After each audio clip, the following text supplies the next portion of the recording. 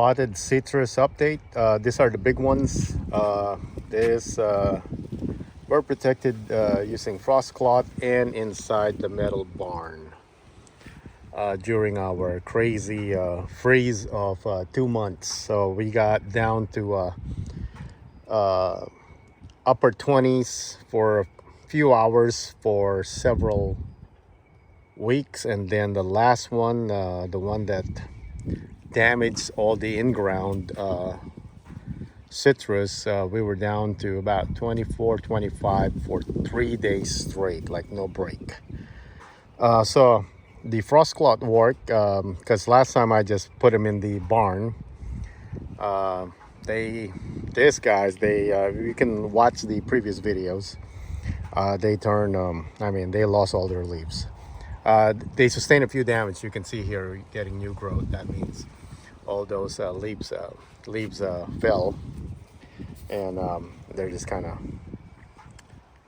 growing right now. So this one is the Page Mandarin. So this is our kind of weakest of all the citrus. I think they can only handle freezing. I think 32 degrees. They don't even go below that. So, and you really have to protect this. But it's blooming like crazy for the first time, because this is the first time that it survived a winter without having to regrow all the green branches. All right, so this is one of the Arctic frosts. These were loaded last year. They took a little bit just damage because they were closer to the door, but a lot of growth. I might plant this in ground because I can't carry this guy anymore.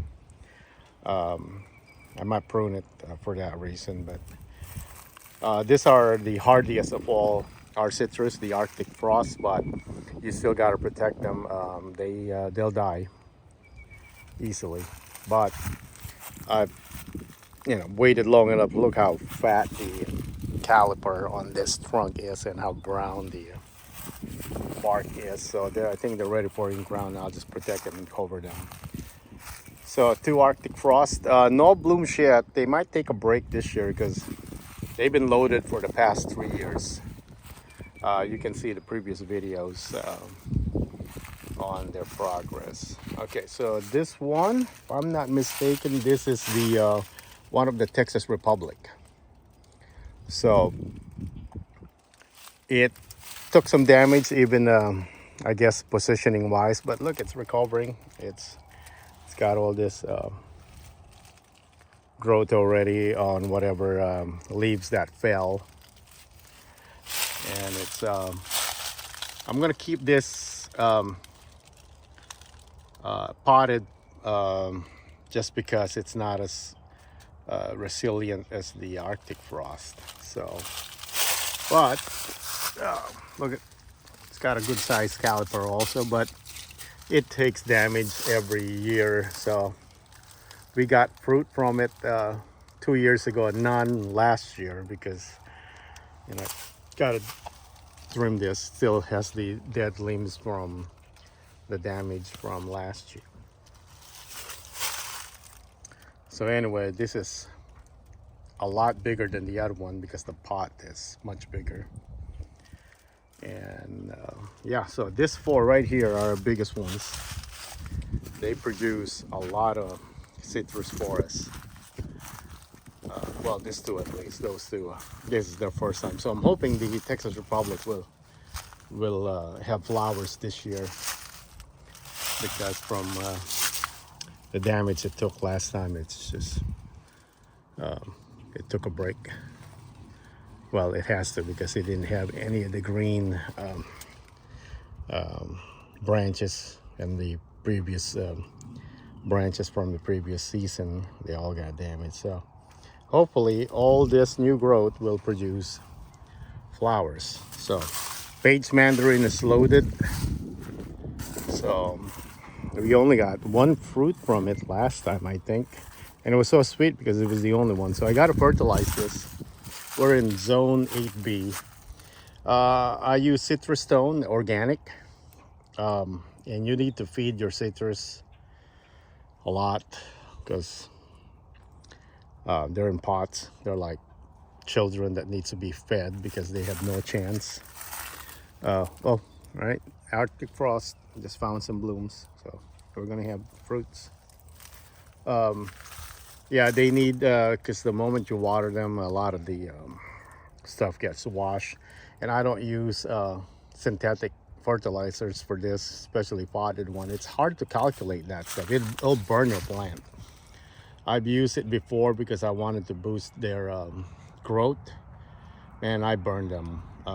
So the thing with organic though, it's slow release, so if they need immediate help, it'll take a while for them to take it in. So but it's safer for the plant, and you get your they get their nutrients regardless. So how often do I just fertilize once a year. I'm about to fertilize now. I don't follow any schedule or anything. I should probably, but so far it works out for me. So I just put it at the very edge right there. I don't put it close to the trunk. I've used the synthetic one I'm talking about are the spike ones that you put in there. Man, those things are too powerful. They burnt. I guess they're not meant for pots. I mean, for in ground, especially with, let's say, canopy like this, you want to, if you have the citrus in ground, then you put the spike like right at the very edge of the canopy right there. That's far away. So imagine when you only have a pot, you'll be forced to put it at the very edge of that pot, and that's why I burned them. All right, so I removed some muscadines, and I might put this to Arctic frost, and hopefully we don't get as crazy winter as this year, and I'll be able to get some fruits and get them more established, because the root ball on this thing and the circling of that, it's probably insane at this point. Look how fat that thing is and how much root there is, and look how much look at the dirt. It's not a whole lot compared to, let's say, that one, but I do make sure that I protect their flare. So you see right there, you can see the root right there. So make sure you don't plant it deep. You want to have some of that roots kind of exposed. All right, so that's our update for the big citrus in pots.